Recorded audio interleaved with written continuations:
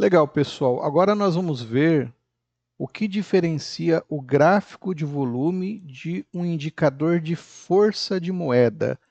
Essa é uma pergunta que alguns fazem. A gente está gravando esse vídeo também com esse objetivo, para esclarecer, porque alguns já viram, né, essas linhas e falam: isso aqui é um indicador de força de moeda, não tem segredo nenhum, não tem diferença nenhuma. Mas aí eu vou explicar, tá? Tem muita diferença, especialmente pela maneira como funciona o nosso indicador. Então, eu vou explicar melhor aqui. Aqui a gente tem, como já falado nos vídeos anteriores, uma configuração baseada em volume, tá? Lendo exatamente o que está acontecendo aqui embaixo. Agora, o que muda disso para um indicador de força de moeda? Que o indicador de força de moeda, que é esse aqui, ó, esse é um exemplo de um indicador de força de moeda. Ele é mais ou menos assim, ou então ele traz linhas iguais a que a gente tem aqui no gráfico de volume, mas o funcionamento dele é diferente. Ele se baseia em catalogar as moedas que estão subindo ou descendo, mais baseado aqui no gráfico, ignorando o volume. E essa diferença faz todo o sentido ali, né? Faz mudar muito o operacional, porque enquanto um gráfico, um indicador de força de moeda pode acontecer de passar informações errôneas, principalmente quando o mercado ele faz aqueles movimentos para buscar stop, de manipulação, que o preço sobe de repente sem volume.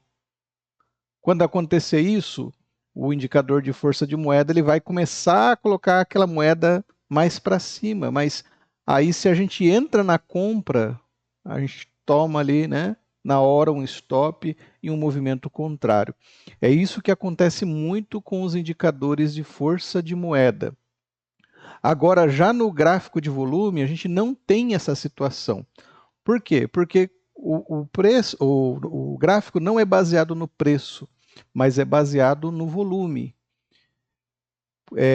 Por exemplo, quando ocorre uma manipulação sem volume, o gráfico de volume não vai alterar, ele não vai colocar aquela moeda como se estivesse se fortalecendo. E sim vai identificar quando. Isso é o mais legal. Quando o preço sobe na manipulação, normalmente começa a entrar volume massivo na venda. Eles só sobem para abrir mais ordens e aí aqui sim começa a entrar volume massivo. E aí é o que o indicador, o gráfico, né, o gráfico de volume, é o que ele realmente vai mostrar. Aí sim ele vai mostrar a moeda, né, no caso aqui, caindo ainda mais. Por quê? Está entrando força de volume e vai fazer o gráfico se movimentar. Isso faz toda a diferença para a gente pegar bons trades. Só para citar aqui, ó, vamos olhar. No momento, a gente tem aqui as indicações, né, do força de moeda e temos o gráfico de volume. Ok, ó, nós temos um SD e CAD fortes, bateu, né? Olha que absurdo, né? A gente tem aqui um JPY forte agora, em segundo, extremamente forte no indicador. Mas olha onde está o JPY, deixa eu desativar algumas linhas para ficar mais claro.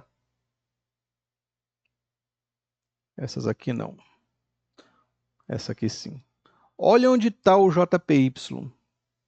No momento é a pior moeda, né? Só perdendo aí para o euro.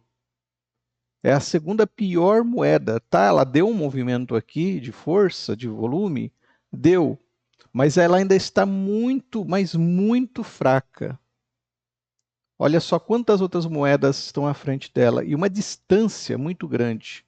Então, de repente, a pessoa vê essa informação, quer entrar comprado aí no JPY e perde, sai numa negociação perdedora, porque confia nessa informação, que é uma informação baseada em um time frame, provavelmente até num time frame pequeno, para já estar em segundo, Mas aqui a gente tem a configuração do diário, né, do que está acontecendo no dia. Realmente teve um movimento agora, mas será que esse movimento vai ser sustentado? Será que ele vai explodir até lá em cima?